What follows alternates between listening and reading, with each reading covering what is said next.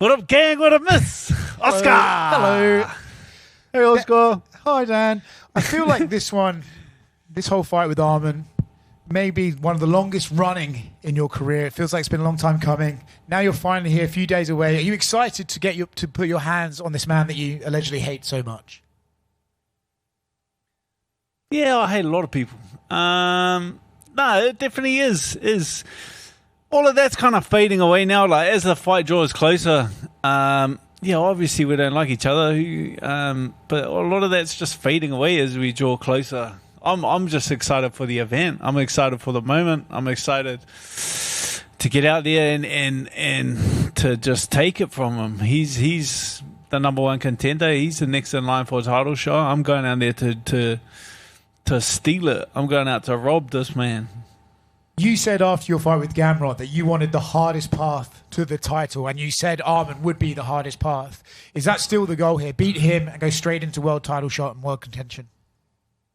That's why I called him out. That's why I pursued this fight. I've been getting asked all week. They're like, how did you feel when this fight came across your desk? It's like, bro, I flew to UFC Perth and I nagged Hunter Campbell and I nagged Sean Shelby to give me this fight. I said, please let me slap the shit out of this man. Let me I said, I know you guys don't like him either. I said, then let me get him out of the way. I said, I got rid of Gamrot. I said, now let me get rid of Arman and give me a damn title shot.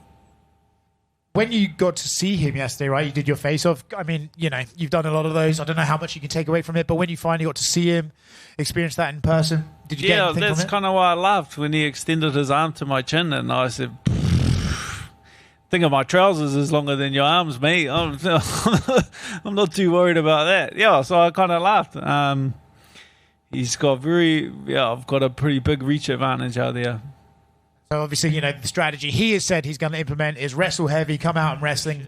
I can't imagine you trained so specifically for that, but, curious where you see your advantages in this and where you see his disadvantages. Yeah, like that's the beauty of he's come out and said that he's going to wrestle and make me tired. But that's the beautiful thing about wrestling is you're going to make both of us tired. Now we're just both tired, but there's one thing I can do, and that's fight tired. Obviously, if we're on the feet, we're at long range, there's nothing he can do about it. I feel like a chip away. Mid-range, he don't want a bar of that. So that's really either stay right out of distance or grab a hold of me. These are his only two options. But it's an easy fight for the fans to follow. Feet on ground, going good. Feet in the air, not going good. And lastly, we've got a few familiar faces going around the hotel. Paddy Pimblett, who had some issues with some things you said before. Islam Makhachev. I say so much shit that I don't even remember who I piss off these days. Well, are we all right? You and Paddy? Yeah. I remember he said that you were full of shit or something. You should eat shit. I know he said I sucked at jiu-jitsu, but it's like, bro, I'm not going to lose sleep over that. You know what I mean? There's worse things that someone can say, I seen him yesterday. And Islam? We're still good with Islam?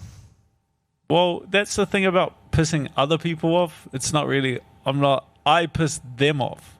So then it's like, you don't piss someone off and then beat them up. It's like you piss them off and then it's your move.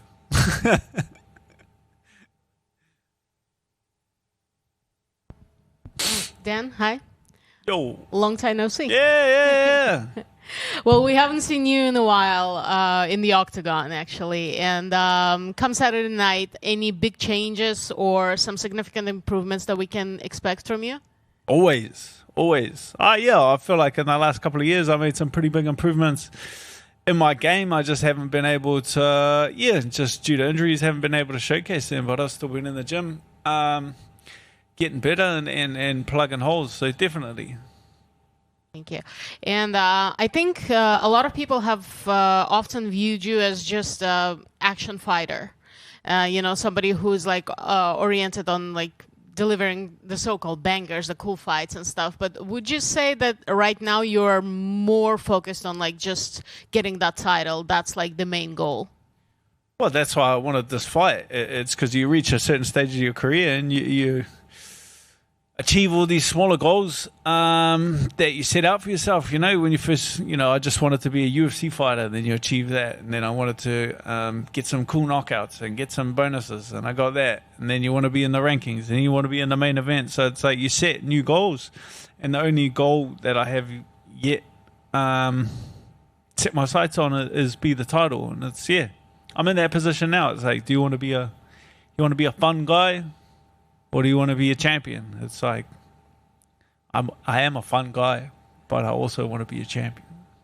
Well, there's also a belt for fun guys, actually, and it happens to be in your division. Fuck, I completely forgot about the BMF. Is that something that you would entertain, obviously? Obviously, you get arm raised against Arman, you're getting a title shot. You know, that's the beauty of there being two titles in our division. Yeah, I beat Arman. I can walk in and fight for the BMF or the undisputed title, but it'll be one of those fights. Okay, and I completely forgot about that. Why has no one asked me that all week? I cannot believe that. Are you joking?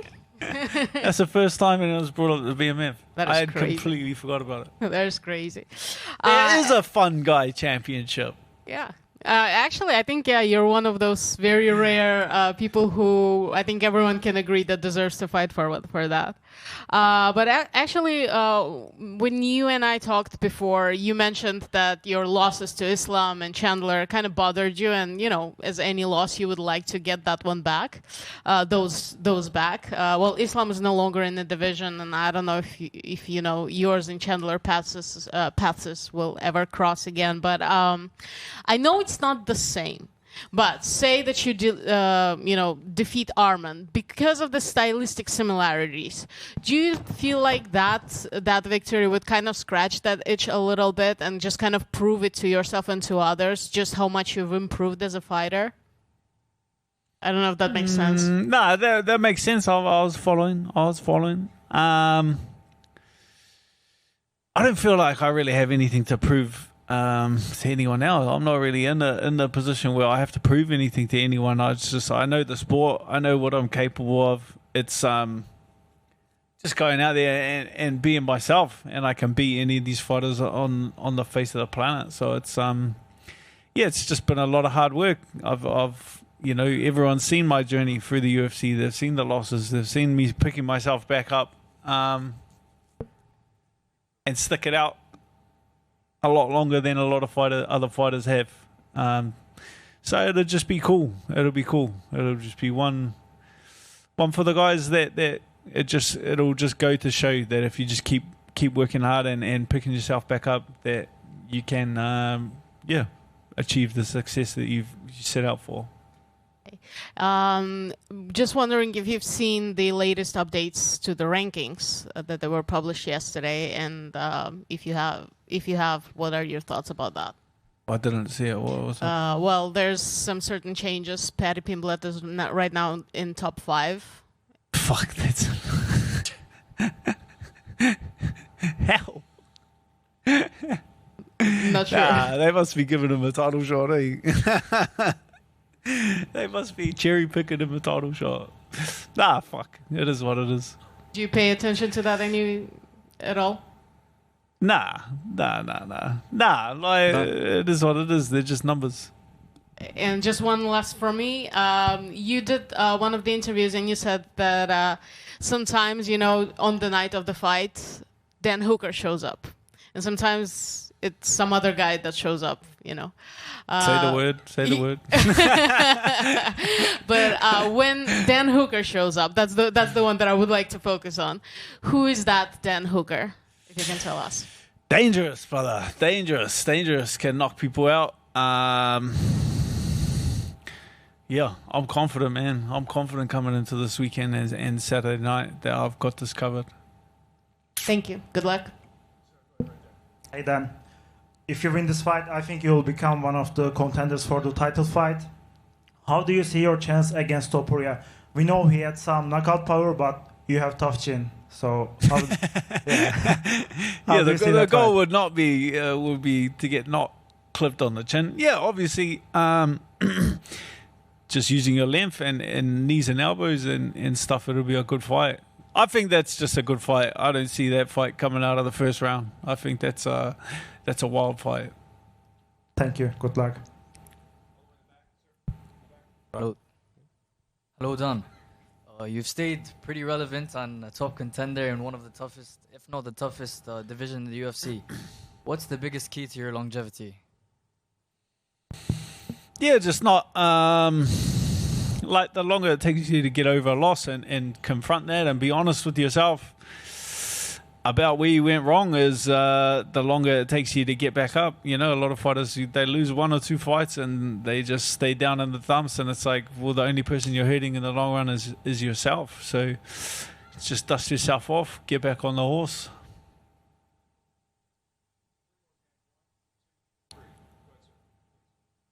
Hi, Dan, over here. Arman had a peace offer for you in his recent interview. Said that he will say hello to you or Ilya if you run into each other at the hotel. So after that, do you still hate him? I seen him yesterday. Yeah, fuck. It is what it is. I get paid on Saturday to kick him in the head. I'm not going to kick him in the head at the bloody pigeon, the bloody pigeon lookout or whatever it's called. We're at yesterday. Yeah. We get another few chances to size him up. It's good. One more for me. In your last fight, Mateusz Gamrot followed your kicks to shoot his takedowns. So do you think Arman is going to try to do the same, or do you planning to box as a plan A? I've been saying all week I'm going to kick him in the head. I don't think that there's no rocket science. Kick him in the head, and we'll see how he wrestles after that. Thank you. Hi Dan, welcome to Doha. Thanks, brother. I believe you initiated the trouble and trash talk with Tsarukyan. I initiated it. You're accusing me. He's coming here accusing me. I did not. Go back in. No, we're going to check this, brother. Because he was the first one to take a shot. He was the first one to take a shot and accuse me of ducking him when I didn't even know who he was. So it's not about. So I apologize before we continue. So it's not about his withdrawal from the fight against Makhachev. That's fuck! Here we go. Yeah. Yeah. Am I worried he's going to show up? Or you called him like the spoiled rich kid and many other names. Yeah, do you feel that he's the shortest route for you to reach the title? That's a roundabout question. Yes, he is. Yes, definitely. Oh, he's the number 1 contender. Yeah, he pulled out of a title fight. Yeah, that fight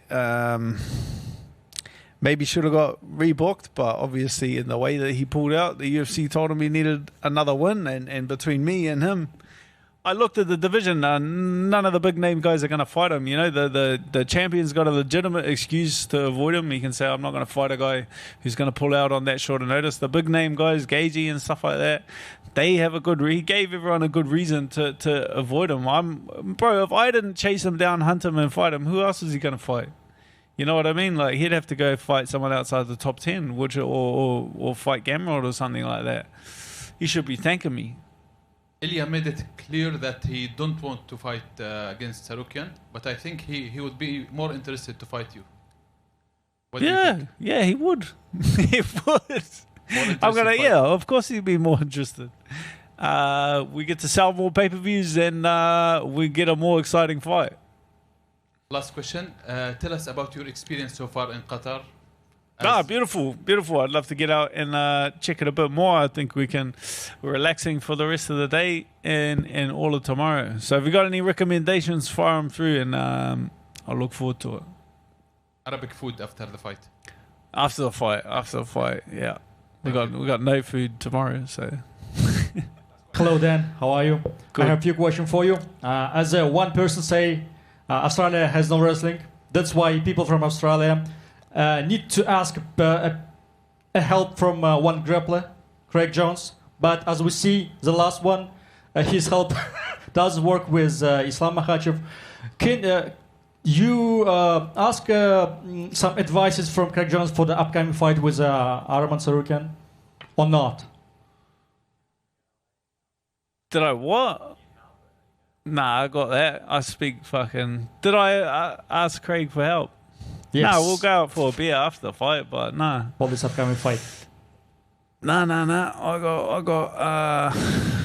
I got the best wrestling coaches in the world. I got the best wrestling coach, Andre Paulette, sitting right back there, brother. That's all I need.